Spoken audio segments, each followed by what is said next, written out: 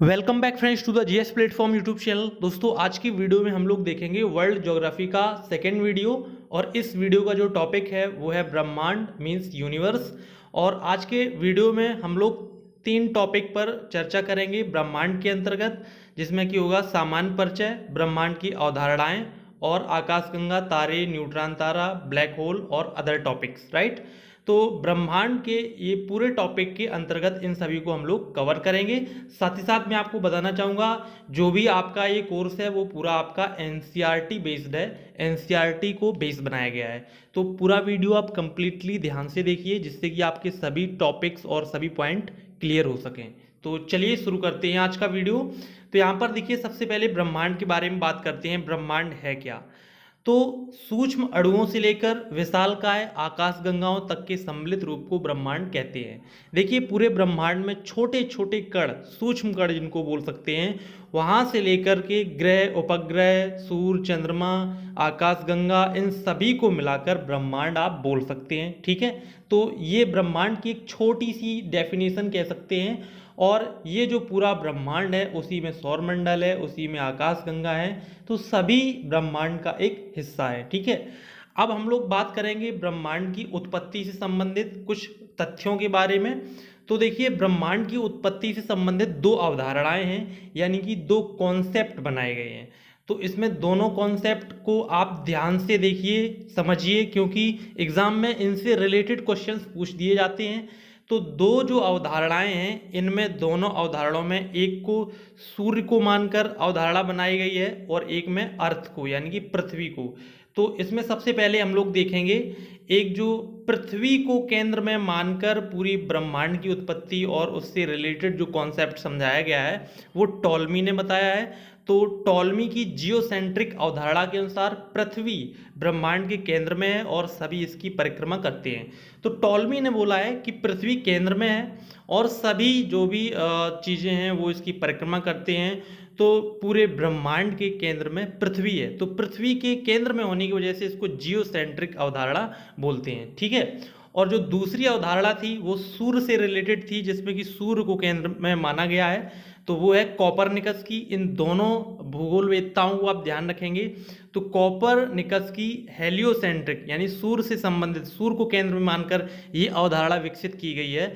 तो हेलियोसेंट्रिक अवधारणा के अनुसार ब्रह्मांड के केंद्र में सूर्य है और सभी ग्रह इसकी परिक्रमा करते हैं। तो हेलियोसेंट्रिक जो अवधारणा है इसमें जो सेंटर माना गया है वो सूर्य को माना गया है और उसके आसपास सभी ग्रह चक्कर काटते हैं, ठीक है, परिक्रमा करते हैं। तो दोनों जो अवधारणाएं हैं इनको आप ध्यान रखिएगा। पहली जो अवधारणा है वो जियोसेंट्रिक है जिसमें पृथ्वी को केंद्र में माना गया है, और दूसरी आपकी है हेलियोसेंट्रिक जिसमें कि सूर्य को केंद्र में माना गया है। तो ब्रह्मांड की उत्पत्ति से रिलेटेड दो छोटी सी अवधारणाएं हम लोगों ने डिस्कस की। ठीक है, चलिए आगे हम लोग अब बात करेंगे ब्रह्मांड की उत्पत्ति से संबंधित कुछ बातों में। तो देखिए यहाँ पर सबसे पहली जो उत्पत्ति का जो सबसे प्रमुख सिद्धांत है वो है बिग बैंग थ्योरी। ठीक है, अगर आपसे ये पूछा जा सकता है कि ब्रह्मांड की उत्पत्ति कैसे हुई है, तो भूगोल में बहुत सारी थ्योरीज दी गई हैं, लेकिन जो सबसे अधिक मान्य है, सबसे अधिक जो प्रचलित थ्योरी है वो है बिग बैंग। ठीक है, तो बिग बैंग जो सिद्धांत है वो ब्रह्मांड की उत्पत्ति से रिलेटेड सबसे प्रामाणिक और सबसे अधिक मान्य है। और इसके बारे में बात करते हैं, इसके प्रतिपादक कौन है। तो ये जो बिग बैंग थ्योरी है इसके जो प्रतिपादक हैं वो हैं जॉर्ज लेमेंटियर, राइट। और ये जो सिद्धांत है इसकी पुष्टि डॉपलर प्रभाव से हो चुकी है। देखिए डॉपलर प्रभाव फिजिक्स का एक टर्म है, इसको आप इन शॉर्ट में समझ सकते हैं कि दो वस्तुओं के बीच की दूरी लगभग बढ़ती जाती है। तो इससे रिलेटेड आप समझ सकते हैं कि कई परिकल्पनाओं में कहा जा चुका है कि ब्रह्मांड का विस्तार हो रहा है। तो डॉपलर प्रभाव के द्वारा इस चीज़ को सिद्ध भी किया जा चुका है कि ब्रह्मांड का विस्तार हो रहा है। ठीक है, तो बिग बैंग की जो सिद्धांत की जो थ्योरी है वो डॉपलर प्रभाव से भी सिद्ध हो चुकी है। ठीक है, तो यहाँ पर 3 पॉइंट आपके लिए दिए गए हैं। बिग बैंग थ्योरी, इसके प्रतिपादक कौन है और इसकी पुष्टि डॉपलर प्रभाव से हो चुकी है, राइट। चलिए यहाँ पर बिग बैंग सिद्धांत के बारे में हम लोग बात करेंगे कि बिग बैंग थ्योरी है क्या। देखिए बिग बैंग का मतलब ये होता है कि एक बहुत अरबों वर्ष पूर्व एक बहुत बड़ा पिंड था और उसमें एक बहुत बड़ा विस्फोट हुआ और उस विस्फोट के द्वारा उसके बहुत सारे टुकड़े हुए और एक दूसरे से दूर होते गए और इस तरह से धीरे धीरे जो ब्रह्मांड है उसकी उत्पत्ति हुई है। तो यही आपका बिग बैंग सिद्धांत है। तो यहाँ पर देखिए लिखा हुआ है, इसके अनुसार अरबों वर्ष पूर्व एक भारी और उच्च घनत्व का जो पिंड था जिसमें एक महाविस्फोट हुआ। ठीक है, बिग बैंग का मतलब ही होता है महाविस्फोट। ठीक है, जिससे उसके करोड़ों टुकड़े हो गए और एक दूसरे से दूर होते गए और इस प्रकार ब्रह्मांड की उत्पत्ति हुई है। राइट, तो ब्रह्मांड की उत्पत्ति से रिलेटेड सबसे जो प्रमुख सिद्धांत है बिग बैंग सिद्धांत, उसके बारे में हम लोगों ने बात की। अब हम लोग बात करेंगे ब्रह्मांड में जो उसके ब्रह्मांड के बाद जो सबसे बड़ा तत्व पूरा ब्रह्मांड में है वो है आकाशगंगा। तो आकाशगंगा के बारे में हम लोग बात करेंगे और आकाशगंगा को हम लोग बोलते हैं गैलेक्सी। राइट, और हम लोग समझेंगे कि आकाशगंगा की भी उत्पत्ति किस प्रकार से हुई है। इसकी उत्पत्ति निहारिका से हुई है, तो निहारिका क्या होती है वो भी हम लोग समझेंगे।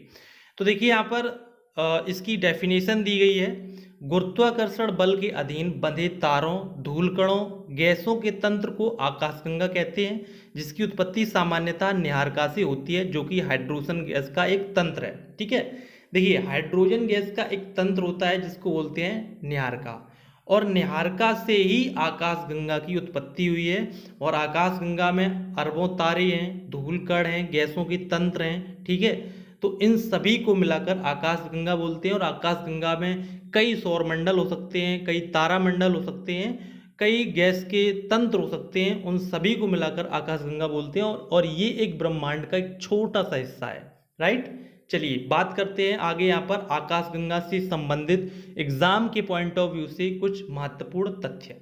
तो यहाँ पर सबसे पहला पॉइंट है, देखिए पूरे ब्रह्मांड में कई आकाशगंगाएं हैं। ठीक है, बहुत आकाशगंगाओं में से जो हमारी आकाशगंगा है उसका क्या नाम है, उसका नाम है आपका मंदाकिनी। ठीक है, जिसमें हम रहते हैं, अपनी पृथ्वी है, अपना सौरमंडल है, उसे बोलते हैं मंदाकिनी। राइट, दूसरा पॉइंट है मंदाकिनी का आकार कैसा है, तो वो है आपका सर्पिलाकार।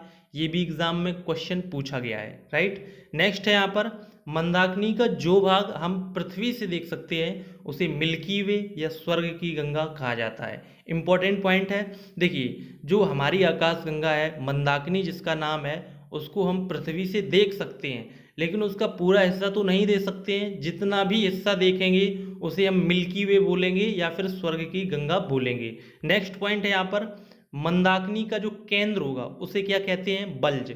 ये इंपॉर्टेंट पॉइंट है, एग्जाम में आया हुआ क्वेश्चन है कि मंदाकिनी के केंद्र को क्या कहते हैं, तो उसे बोलते हैं बल्ज। नेक्स्ट यहाँ पर है हमारी आकाशगंगा के सबसे निकट दूसरी आकाशगंगा का नाम क्या है, एंड्रोमेडा। देखिए आपको पता है कि ब्रह्मांड में करोड़ों आकाशगंगाएं हैं, लेकिन हमारी आकाशगंगा का नाम मंदाकिनी है। लेकिन हमको ये पता होना चाहिए कि हमारी आकाशगंगा के सबसे निकटतम जो दूसरी आकाशगंगा है उसका क्या नाम है, तो उसका नाम है एंड्रोमेडा। राइट, तो इस पॉइंट को आप ध्यान रखेंगे। नेक्स्ट यहाँ पर है ओरियन नेबुला हमारी आकाशगंगा के सबसे चमकीले तारों का क्षेत्र है। देखिए पूरी आकाशगंगा में कई सौरमंडल होते हैं, कई तारामंडल होते हैं। तो जो पूरी आकाशगंगा है अपनी जिसका नाम मंदाकिनी है, तो वहाँ पर जहाँ पर सबसे अधिक चमकीले तारे हैं, ठीक है, तो उसको बोलते हैं ओरियन नेबुला। उस क्षेत्र को क्या बोलते हैं, ओरियन नेबुला। एग्जाम में पूछा गया, यहाँ पर पॉइंट दिया गया है। चलिए अब बात करते हैं तारों के बारे में। हम लोगों ने ब्रह्मांड के बारे में छोटा सा टॉपिक कवर किया, इसके बाद आकाशगंगा के बारे में टॉपिक कवर किया। अब हम बात करेंगे तारों के बारे में कि तारों का जो जन्म होता है वो किस प्रकार से होता है, उनका विकास किस प्रकार से होता है। ठीक है, तो यहाँ पर देखिए सबसे पहला पॉइंट देखते हैं कि जो तारे हैं उनकी उत्पत्ति किस प्रकार से होती है। तो देखिए ब्रह्मांड में गैसों के तंत्र हैं, धूल कणों के तंत्र हैं और हाइड्रोजन गैस के तंत्र हैं। तो उन सभी में जब अभिक्रिया होती है तो एक नाभिकीय संलयन की प्रक्रिया कहलाती है, जिसमें कि हाइड्रोजन से हीलियम में बदलने की प्रक्रिया शुरू होती है। और जब भी जो भी अन्य गैसें, धूलकण और हाइड्रोजन, इनके द्वारा जब हीलियम में बदलने की प्रक्रिया शुरू होती है तो एक तारे का जन्म होता है, और जो बहुत ही नवजात तारा बोल सकते हैं, युवा तारे से भी पहले की अवस्था उसको हम कह सकते हैं। राइट, तो गैसीय बादलों को हम क्या कहते हैं, स्टेलर नर्सरी। मैंने आपको बताया कि जो तारे का निर्माण होता है वो स्टेलर नर्सरी से होता है। और इसके गुरुत्वाकर्षण के कारण सिकुड़ने से आदि तारा का निर्माण होता है। यानी कि इसमें गुरुत्वाकर्षण होता है और जब ये सभी धूल कण या फिर गैसीय कण आपस में मिलते हैं, सिकुड़ते हैं, तो आदि तारा का निर्माण होता है। और आदि तारा क्या है? युवावस्था की बिल्कुल पूर्व की अवस्था है। किसी भी तारे की जो शुरुआती अवस्था है उसे बोलते हैं आदि तारा, राइट। नेक्स्ट यहाँ पर है, जब तारे में हाइड्रोजन के हीलियम में बदलने की प्रक्रिया शुरू हो जाती है तो फिर आदि तारा पूर्ण तारा में बदल जाता है। यानी कि जब ये प्रक्रिया अच्छी तरह से एक प्रॉपर वे में शुरू हो जाती है, जो हाइड्रोजन है उसके हीलियम में बदलने की प्रक्रिया एक नियम के तहत और अनवरत रूप से शुरू हो जाती है, तो वहाँ पर पूर्ण तारा बन जाता है। ठीक है, तो ये तारे के विकास की प्रक्रिया है। ठीक है, इससे रिलेटेड एक बहुत ही इंपॉर्टेंट पॉइंट आपको बताता हूँ, जो कि है तारे के रंग से रिलेटेड। देखिए, तारे की एक निश्चित अवधि होती है, उसका एक काल होता है कि वो कितने अरब वर्ष या कितने करोड़ वर्ष रहेगा, तो उसके रंग के आधार पर उसकी आयु तापमान का पता लगाया जा सकता है। ठीक है, तो यहाँ पर देखिए पॉइंट दिया गया है, तारे के रंग से तारे के तापमान और उसकी आयु को निर्धारित किया जाता है। ठीक है, तो इसमें सबसे पहले बात करते हैं, अगर तारे का रंग नीला है या फिर सफ़ेद है तो वो युवा तारा होगा, यानी कि वो एक नवीन तारा बोला जाएगा। अगर तारे का रंग नारंगी रंग है, ठीक है, नारंगी रंग है, तो वो प्रौढ़ तारा माना जाएगा। अब प्रौढ़ तारा का मतलब ये है कि एक बहुत ही लंबी अवधि वो पार कर चुका है। ठीक है, अब मनुष्य की युवावस्था के बाद क्या आता है? प्रौढ़ावस्था आता है। तो इसी तरह से तारे की भी प्रौढ़ावस्था होती है। ठीक है, इसके बाद हम बात करेंगे, अगर लाल रंग का तारा है तो वो एक वृद्ध तारा कहा जाएगा, यानी वो तारा एक अंतिम स्टेज की तरफ बढ़ रहा है, उसका जीवन काल समाप्त हो रहा है। तो इन तीन रंगों को आप ध्यान रखेंगे। नीला सफ़ेद रंग है तो वो युवा तारा है, नारंगी रंग है तो वो प्रौढ़ तारा है, यानी कि उसकी अवधि काफ़ी हो चुकी है। लेकिन अगर वो लाल रंग का तारा है तो वृद्ध तारा होगा। एग्जाम में इससे रिलेटेड क्वेश्चंस आते हैं। एग्जाम में ये भी पूछा जा सकता है कि किसी भी तारे की आयु का पता कैसे लगाते हैं, तो उसके तापमान के आधार पर, रंग के आधार पर लगाते हैं। ठीक है, चलिए नेक्स्ट यहाँ पर देखते हैं, जब वो लाल रंग का तारा हो जाता है तो वो वृद्ध तारा हो जाता है। तो इसके बाद उस तारे में एक विस्फोट होता है और उसके बाद तारे की मृत्यु हो जाती है। मृत्यु होने का मतलब ये है कि उसकी अवधि समाप्त हो जाती है। ठीक है, और तारे की मृत्यु के बाद वो ब्लैक होल में बदल जाता है। हालांकि ब्लैक होल में बदलने की प्रोसेस हर तारे के साथ नहीं होती है, उसकी कंडीशंस अलग अलग हैं, क्योंकि उसमें जब तारा में विस्फोट होता है तो उसकी कुछ कंडीशन बनती है, उनको हम आगे की स्लाइड में देखेंगे। देखिए, जब तारे में विस्फोट होता है तो उनकी तीन कंडीशन बनेगी, रक्त दानव, श्वेत वामन और काला वामन। ठीक है, तो इन तीनों को हम लोग अलग अलग करके समझेंगे और तीनों में डिफरेंस भी देखेंगे। तो देखिए, रक्त दानव क्या है? देखिए, जब भी नाभिकीय संलयन की जो क्रिया होती है उसमें हाइड्रोजन किस में बदलती है? हीलियम में बदलती है, वो आप जानते हैं। ठीक है, इसके बाद देखते हैं, एक समय बाद तारे में हीलियम की प्रधानता हो जाती है, यानी कि धीरे धीरे जो हाइड्रोजन है वो हीलियम में बदलती रहती है और हीलियम में बदलते बदलते उस तारे में हीलियम अधिक हो जाती है। ठीक है, और इसकी वजह से क्या होता है कि भारी पदार्थ उसमें बहुत ही अधिक जमा हो जाते हैं और वो एक लाल दानव तारा बन जाता है। मैंने आपको पिछली स्लाइड में बताया था कि किसी भी तारे का रंग जब लाल हो जाएगा तो वो वृद्धावस्था की ओर बढ़ेगा। तो जब किसी तारे में हीलियम भारी पदार्थों में बदलने लगती है और जो संलयन की प्रक्रिया है वो रुकने लगती है, तो वहाँ पर लाल दानव तारा बनता है। ठीक है, अब यहाँ पर नेक्स्ट देखते हैं, जब लाल दानव तारा का जो द्रव्यमान है वो सूर्य के द्रव्यमान से कम हो या बराबर हो तो श्वेत वामन तारे का निर्माण होता है।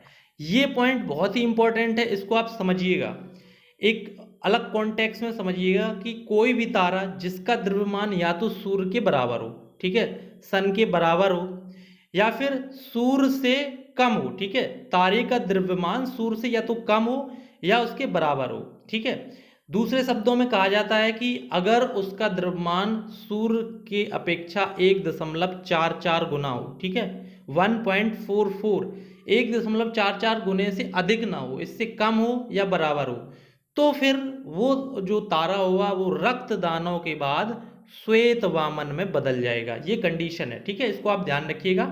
तो यहाँ पर देखिए लिखा है, इस क्रिया के दौरान क्या होता है, हीलियम कार्बन में बदल जाती है।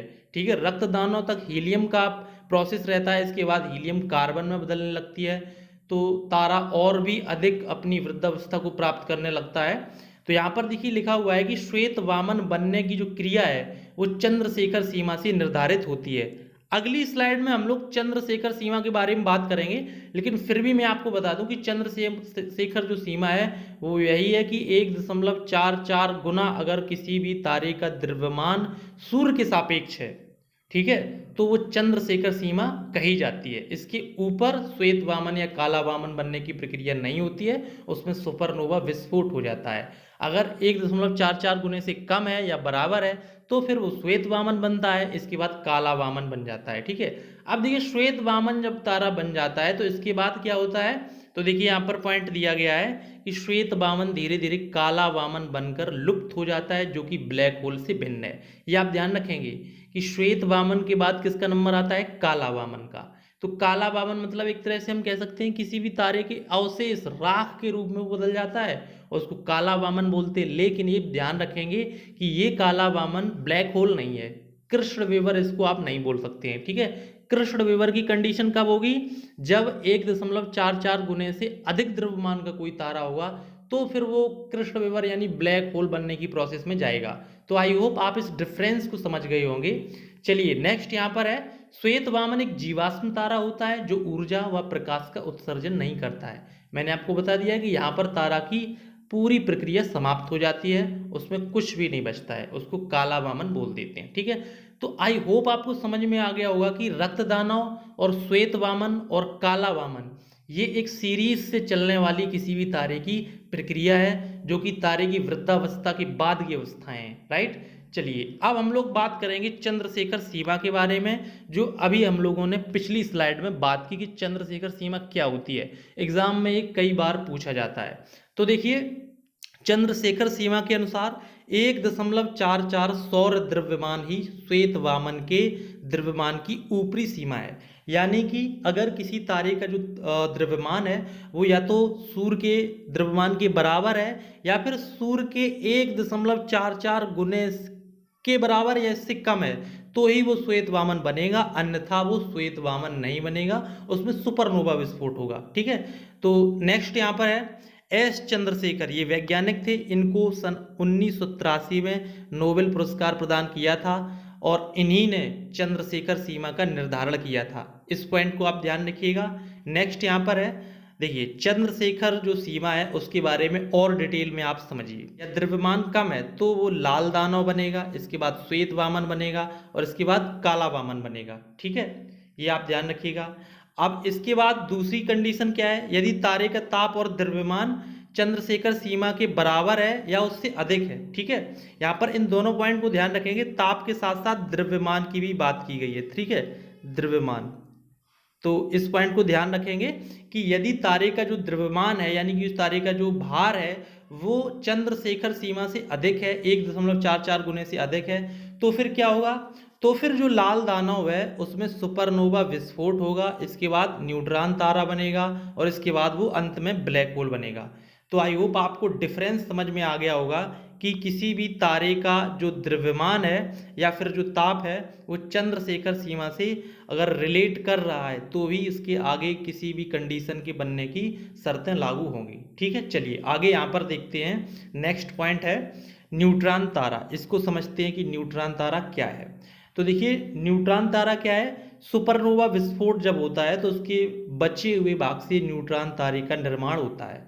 यानी कि मैंने आपको बताया कि किसी भी तारे का द्रव्यमान 1.44 गुने सूर्य के द्रव्यमान के 1.44 गुने से अधिक है तो उसमें सुपरनोवा विस्फोट होता है और सुपरनोवा विस्फोट के बाद बचे हुए भाग से न्यूट्रॉन तारे का निर्माण होता है। और न्यूट्रॉन तारे में सभी चीज़ें न्यूट्रॉन के रूप में संगठित रहती हैं, राइट। तो ये पॉइंट आप ध्यान रखिएगा। और न्यूट्रॉन तारे को पल्सर तारा भी कहते हैं। एग्जाम में एक पॉइंट आया है, इसको आप ध्यान रखेंगे कि पल्सर तारा किसे कहते हैं, तो न्यूट्रॉन तारे को ही पल्सर तारा बोलती हैं, ठीक है। चलिए नेक्स्ट यहाँ पर है ब्लैक होल। अब न्यूट्रॉन तारा के बाद अंत में क्या बनता है, ब्लैक होल, ठीक है। तो ब्लैक होल के बारे में बात करते हैं। तो न्यूट्रॉन तारे का जो अनंत द्रव्यमान है जब एक ही बिंदु पर केंद्रित हो जाता है तो ऐसे असीमित घनत्व वाले पिंड को ब्लैक होल कहते हैं। देखिए ब्लैक होल में बहुत ही अधिक यानी कि उच्च घनत्व होता है और वो इतना अधिक घनत्व होता है, इतना अधिक उसमें गुरुत्वाकर्षण भी होता है, वो अपने अंदर से किसी भी चीज़ को बाहर नहीं निकलने देता है, इसीलिए उसको ब्लैक होल बोलते हैं। तो देखिए यहाँ पर लिखा है ब्लैक होल में गुरुत्वाकर्षण बल इतना अधिक होता है कि वहाँ से प्रकाश भी बाहर नहीं निकल पाता है। तो ये पॉइंट आप ध्यान रखिएगा, एग्जाम में ब्लैक होल के बारे में क्वेश्चन आ जाते हैं, ठीक है।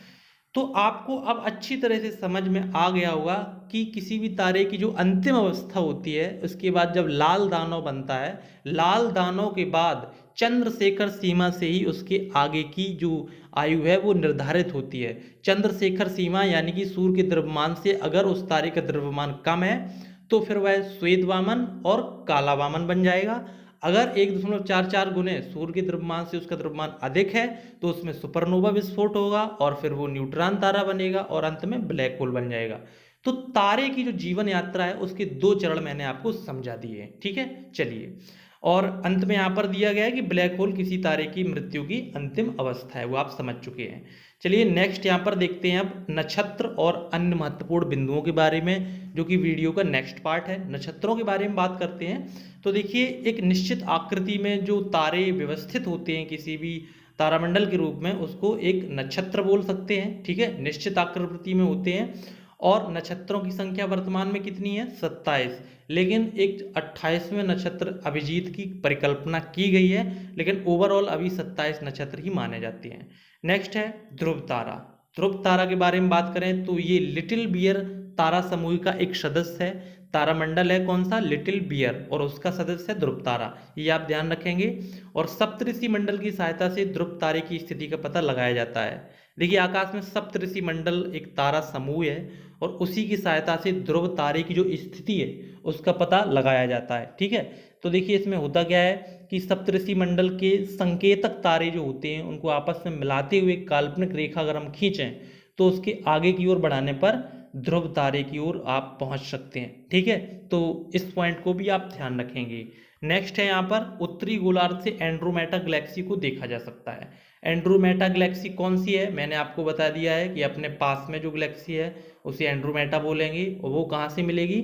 उत्तरी गोलार्ध से देखने को मिलेगी, राइट। चलिए, अब यहाँ पर इस वीडियो के अंतिम पड़ाव पर आए हैं, जिसमें कि कुछ क्वेश्चंस सॉल्व करेंगे हम लोग इस वीडियो में, जितना भी हम लोगों ने सीखा है। तो यहाँ पर फर्स्ट क्वेश्चन है, ब्लैक होल ऐसा पिंड है जो किसी प्रकार के विकिरण को बाहर नहीं जाने देता है, इस गुण का क्या कारण है? ठीक है, 4 ऑप्शन है। ऑप्शन ए बहुत छोटा आकार, ऑप्शन बी बहुत बड़ा आकार, ऑप्शन सी बहुत उच्च घनत्व, या फिर बहुत निम्न घनत्व, ये आपको बताना है। तो देखिए, ब्लैक होल से किसी भी प्रकार की प्रकाश किरण या विकिरण, यहाँ तक कि कोई भी प्रकाश वहां से बाहर नहीं निकल सकता है। इसका क्या कारण है? मैंने आपको बताया था कि वहां पर बहुत अधिक उच्च घनत्व है, उच्च घनत्व भी है, साथ ही साथ उच्च गुरुत्वाकर्षण भी है। दोनों पॉइंट आप ध्यान रखिएगा, तो ऑप्शन सी सही होगा। नेक्स्ट यहाँ पर क्वेश्चन दिया गया है सेकंड, हमारी आकाशगंगा का सबसे चमकीला व शीतल क्षेत्र कौन है? राइट। तो यहाँ पर ऑप्शन दिए गए हैं, option A Orion nebula, option B ring nebula, option C supernova, option D Pulsar तारा। तो इसका आंसर क्या होगा वो आप बता सकते हैं। तो इसका आंसर हो जाएगा ऑप्शन ए, यानी कि उसको बोलते हैं ओरियन नेबुला। सबसे जो चमकीले क्षेत्र होते हैं हमारी आकाशगंगा के, उसको ओरियन नेबुला बोलते हैं। नेक्स्ट क्वेश्चन है, चंद्रशेखर सीमा के तहत किसी तारे का द्रव्यमान सूर्य के सापेक्ष कितने गुना निर्धारित किया गया है? राइट। तो ऑप्शन दिए गए हैं 1.2 गुना, 1.44 गुना, 2.6 गुना, या फिर 2.45 गुना। तो इस वीडियो में कई बार हम लोगों ने डिस्कस किया है कि जो चंद्रशेखर सीमा है उसमें क्या है, किसी भी कंडीशन में सूर्य के द्रव्यमान के 1.44 गुने की सीमा रखी गई है। तो ऑप्शन आपका बी सही हो जाएगा। नेक्स्ट क्वेश्चन है यहाँ पर, किस तारे को पल्सर भी कहा जाता है या फिर पल्सर तारा बोलते हैं? ऑप्शन दिए गए हैं, लाल दानव तारा, ऑप्शन बी श्वेत वामन तारा, न्यूट्रॉन तारा, या फिर जीवाश्म तारा। तो देखिए, इसका आंसर क्या होगा आपको पता ही होगा। इसका आंसर है ऑप्शन सी, यानी कि न्यूट्रॉन तारा। न्यूट्रॉन तारे को पल्सर कहा जाता है, ठीक है।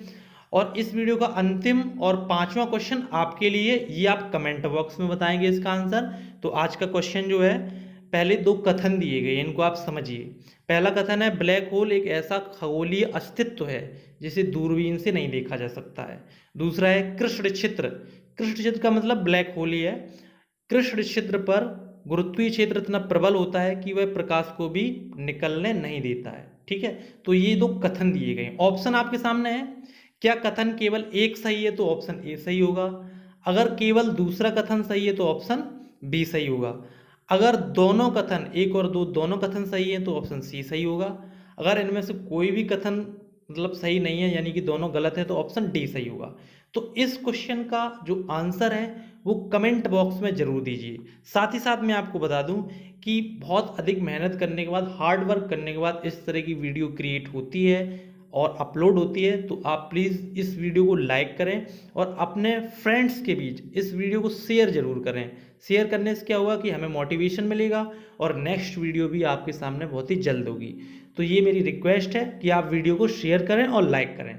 मिलते हैं नेक्स्ट वीडियो में, तब तक के लिए नमस्कार।